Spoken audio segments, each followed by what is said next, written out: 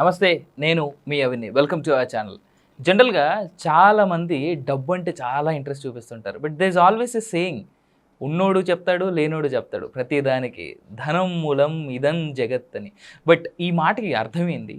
దాని వెనకాల ఉన్నటువంటి తాత్పర్యం ఏంటి? అసలు ఎందుకు ఈ మాట పబ్లిక్‌లో ఇంతలా ఫేమస్ అయింది?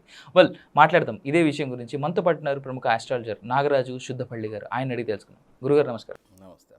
ధనం మూలం ఇదం జగత్. ప్రతి పని జరిగేది ధనంతోనే. ప్రతి మనిషి ముడిపడేది ధనంతోనే. ఎందుకు ఇంతలా ఈ యుగంలో ఈ మాట ఎంత ఎక్కువ ఇది? ఎందుకంటే ఒక బండి నడవాలంటే ఒక వెహికల్ నడవాలంటే ఇంధనం కావాలి. ఒక మనిషి ఈ రోజున బ్రతకాలంటే ధనం కావాలి. ఇంధనం, ధనం. ఈ రెండు లేనిది ప్రపంచం నడవదు. ఇంధనం కావాలి, మనకు కావాల్సినటువంటి కంఫర్ట్స్ కావాలంటే, మనిషి బ్రతకాలి అంటే, తినగాలి అంటే డబ్బు కావాలి, అంటే ధనం కావాలి. పూర్వం మనలాగా రంగు కాగితాలు లేవు. ధనం అంటే చాలా రకాలుగా ఉండేది. ఎలా అంటే భూమి ఒక సంపద, గోవులు ఒక సంపద, గుర్రాలు ఒక సంపద, అలాగే స్త్రీ ఒక సంపద, జ్ఞానము ఒక సంపద. ఇలా ధనము అనేదాన్ని ఒక పేరు పెట్టేశారు. డబ్బు అంతే. డబ్బుకి పదం అది కాదు. డబ్బు అంటే బ్రతకడానికి కావాల్సినటువంటిది, నడిపించడానికి కావాల్సినటువంటి దాన్ని ధనం అంటాం. మనకి ఉన్నదాన్ని జ్ఞానధనం అంటాం. ఏదన్నా మనకు ఒక అద్భుతమైన అంటే ఒక నాలెడ్జ్ ఉందనుకో, దాన్ని తెలుగులో మనకున్నటువంటి లోకల్ లాంగ్వేజ్లో జ్ఞానధనం అంటాం. అలాగే శ్రీమూర్తి ఒక ధనం. అంటే వాళ్ళ వల్ల మనకి మన కుటుంబం వృద్ధి జరుగుతుంది కాబట్టి, దానివల్ల మనకి మంచి ఫలితాలు వస్తాయి కాబట్టి శ్రీధనం అంటాం. స్త్రీని కూడా ఒక ఇదిగా చూసేవాళ్ళు, చాలా గొప్ప విషయంగా. ధనం అంటే డబ్బుతో పోల్చేవాళ్ళని కాదు, అదే తప్పుగా అనుకోవాల్సిన అవసరం లేదు. స్త్రీ గొప్ప ధనం మనకి. తర్వాత భూమి ధనం, అలాగే బంగారం, విలువైనటువంటి ప్రతిదీ కూడా ధనం కిందే లెక్కగట్టి చూసేవాళ్ళు. ఈ రోజున రంగు కాగితాలు వచ్చినాయి. ఆ రంగు కాగితాలు పెట్టి మిగతా అన్నీ కూడా ఆఖరికి ఎలా తయారయ్యామంటే, శ్రీమూర్తిని కూడా మరీ దారుణంగా ఆ డబ్బుల కోసం హింసించి చేసేది, ఆ డబ్బు వల్ల కలిగేటువంటి వ్యసనాలకు లోనయ్యి ఇబ్బంది పడేటువంటి చాలామందికి ఈజీగా ధనం కావాలి. ఇప్పుడు ప్రపంచ దేశాలన్నీ కూడా ఆ ఇంధనం కోసం, ధనం కోసం కొట్టుకుంటున్నాయి. కరెక్ట్. ఈ ప్రపంచ యుద్ధాలు ఎందుకు జరుగుతున్నాయంటే, మనకు తెలిసి ఇరాక్ యుద్ధం జరిగింది. ఎందుకు జరిగింది ఇరాక్ యుద్ధం? సద్దాం హుసేన్ టైంలో మనకు తెలిసి ఆయిల్ కోసం జరిగింది. అది ఇంధనమే కదా, ఆ ఇంధనం కోసం జరిగింది. అలాగే నేను చెప్పాను, పూర్వం మనం చూసుకున్నటువంటి వాటిల్లో ఎందుకు చెప్పానంటే, రామాయణం స్త్రీ కోసం జరిగింది. మరి స్త్రీ ధనమే కదా, విలువైందని అర్థం నా ఉద్దేశం. ఒక శ్రీమూర్తి చాలా గొప్ప, మన జీవితాల్లో విలువను నింపుతుంది, మనకు విలువైంది. మరి యుద్ధం జరిగింది కదా. తర్వాత భూమి 5 ఊళ్ళు ఇమ్మన్నారు పంచపాండవులు. మేము వేలుకోవడానికి 5 ఊళ్ళు. ఊళ్ళు అంటే ఏంటి? భూమి, అందులో ఉన్నటువంటి పాలించుకోవడానికి ప్రజలు. మరి భూమి కూడా ధనమే కదా. మరి వాటి కోసం యుద్ధం జరిగింది. మరి ఇప్పుడున్న ఈ కలియుగంలో దేనికోసం జరుగుతుంది? ఇంధనం కోసం, ధనం కోసం జరుగుతుంది. అంటే ఈ రంగు కాగితాల కోసం. ఇవి లేనిది మనిషి ఈ భూమండలం మీద బ్రతకగలడా? బ్రతకలేడు. అది సామాన్యుడి దగ్గర నుంచి అతిపెద్ద బిలియనీర్ అయినటువంటి వాడి వరకు, అమెజాన్ జెఫ్ వరకు కూడా ఆయనే ఇప్పుడు ఉన్నటువంటి ప్రపంచ ధనవంతుల్లో నెంబర్ 1 ఆయన కదా, జెఫ్ బెజోస్. ఆయన వరకు అందరికీ డబ్బు కావాలి. అతను అంతకుముందు సామాన్యుడు, ఉద్యోగం చేసుకుంటున్నా చాలా సామాన్యుడు. మరి ఈ రోజున టాప్ మోస్ట్ ఇదయ్యాడు కదా. కాబట్టి ధనం వలన అన్నీ కలుగుతున్నాయి మనకి. ప్రతి వస్తువుని ధనంతో ముడిపెట్టేసాం.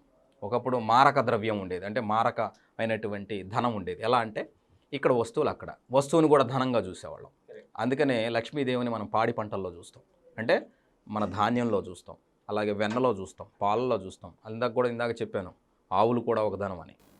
పాడి, అలాగే గుర్రాలు, అవి కూడా మనకి పంటకి ఉపయోగపడేవి, ట్రాన్స్పోర్ట్కి సంబంధించి. తర్వాత మనం వాటిని, అంటే ట్రాన్స్పోర్ట్, మనల్ని ఇక్కడి నుంచి అక్కడ తీసుకెళ్లేదానికి. ఇట్లా రకరకాలుగా ధనం ఉండేది.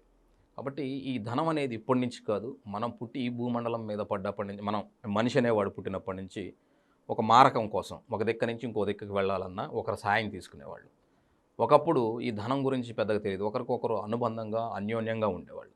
తర్వాత మనిషిలో కంఫర్ట్స్ ఎప్పుడైతే చక్రాన్ని కనుక్కున్నారో, ఈ చక్రాన్ని కనుక్కున్న తర్వాత ప్రయాణం చాలా ఈజీ అయిపోయింది. ఈ ప్రయాణం ఈజీ అవ్వటం వల్ల లేనటువంటి వాడు ఏదో ఒక ఆశ చూపించి వాడికి ఎక్కటం మొదలుపెట్టాడు. అది అక్కడ ధనంగా మారిపోయింది. ఇది నువ్వు నన్ను అక్కడ తీసుకెళ్తే నీకు ఈ వస్తువు ఇస్తాను. ఆ వస్తువు ధనం అప్పుడు. ఆ తర్వాత ఈ వస్తువుకి డిమాండ్ ఉందనుకో, ఇప్పుడు 10 మంది కొనేవాళ్ళు ఉన్నారు, ఒకే వస్తువు ఉంది. దానికి ఏం చేసేవాడు, అవతల వాడి దగ్గర అప్పుడు డబ్బులు లేవు, వాడి దగ్గర కూడా వస్తువులు ఉండేవి మారకం. నేను 20 మూటలు ఇస్తాను, అక్కు మూట ఇస్తే. అప్పుడు డిమాండ్ పెరిగిపోయింది. ఎలాగా మన డాలర్ రేటు ఇండియన్ డబ్బులతో ఎట్లా ముడిపడిందో, ఒక డాలర్కి ఇప్పుడు 71 రూపాయలాగా అక్కడ ఒక డాలర్ను కొనాలంటే అక్కడ ఉన్నటువంటి ఒక సంచి కొనాలంటే 70 సంచులు ఇవ్వాల్సి వచ్చింది. అలా మారకం ప్రతిదీ కూడా. అంటే మనిషి అవసరాన్ని బట్టి మనం కొనుక్కునేటువంటి దీన్ని బట్టి, అంటే మన కాళ్ళ లేనటువంటి వస్తువు మీద మనకు ఆశ ఉంటుంది ఆబ్వియస్లీ. ఆశ ఉన్నప్పుడు ఏంటంటే మన దగ్గర వాడు చెప్పిన దానికన్నా ఎక్కువ వెచ్చించి మరీ కొనటం అలవాటైపోయింది. దానివల్ల ధనం అనేటువంటిది బయటకు వచ్చింది. ఆ తర్వాత బంగారు నాణ్యాలు, తర్వాత వెండి నాణ్యాలు, రాగి నాణ్యాలు, మనందరికీ తెలిసినవి ఇవన్నీ కూడా. ఇప్పుడు రంగు కాగితాలు, ఇంకా ప్లాస్టిక్ కాగితాలు, ఇప్పుడు మళ్ళీ అయితే ఏకంగా డిజిటలైజేషన్ అయిపోయింది. ఒక కార్డ్ స్వైపింగ్, నోటు కూడా పడలేదు మనకి, ఒక కార్డ్ స్వైపింగ్ అంతే. అది కూడా అంత గొప్పగా మారిపోతుంది ధనం. కాబట్టి మనిషి షర్టు కొనాలన్నా, ఏం కొనాలన్నా, మనం తిండి తినాలన్నా, నీళ్లు తాగాలన్నా, ఆఖరికి మంచినీళ్ళు కూడా మన కర్మ ఏంటంటే బాటిల్లో తాగుతున్నాం. ప్రకృతి మనకు ఫ్రీగా ఇచ్చినటువంటి వాటర్ని మనం దాన్ని చక్కగా అనుభవించట్లేదు. వాటిని పొల్యూట్ చేసి మనం కనుక్కున్నటువంటి ఏ ప్లాస్టిక్ అయితే మనకు హాని చేస్తుందో ఇప్పుడు ఆ ప్లాస్టిక్లోనే పోసుకొని మనం తాగుతున్నాం. మన కర్మ ఎంత కర్మ పట్టింది చూడు. కాబట్టి అది కూడా మళ్ళీ ఫ్యాషన్, దానికి ఒక బిస్లరీని పేరు పెడితే మళ్ళీ బ్రాండు. అదే మామూలుగా చిన్న స్టీల్ గ్లాసులు నీళ్ళు తెచ్చిచ్చారనుకో, అందులో చూస్తాం ఎన్ని నలకలు ఉన్నాయి, అందులో ఏళ్ళు పడ్డాయా, ఏడు మురికి చేతులు పడ్డాయా, ఇన్ని రకాలుగా చూస్తాం. కానీ ఆ ప్లాస్టిక్ బాటిల్లో ఎంత హానికరమైందో మనం చూడం, కొనుక్కొని మరీ తాగుతాం. కాబట్టి మనిషి విజ్ఞానం ఎక్కడికి వెళ్తుందో నాకు తెలియట్లేదు. మన పూర్వీకులు తిరిగి తిరిగి ఎక్కడికి వస్తామంటే మొదలుపెట్టిన చోటుకే వస్తాం.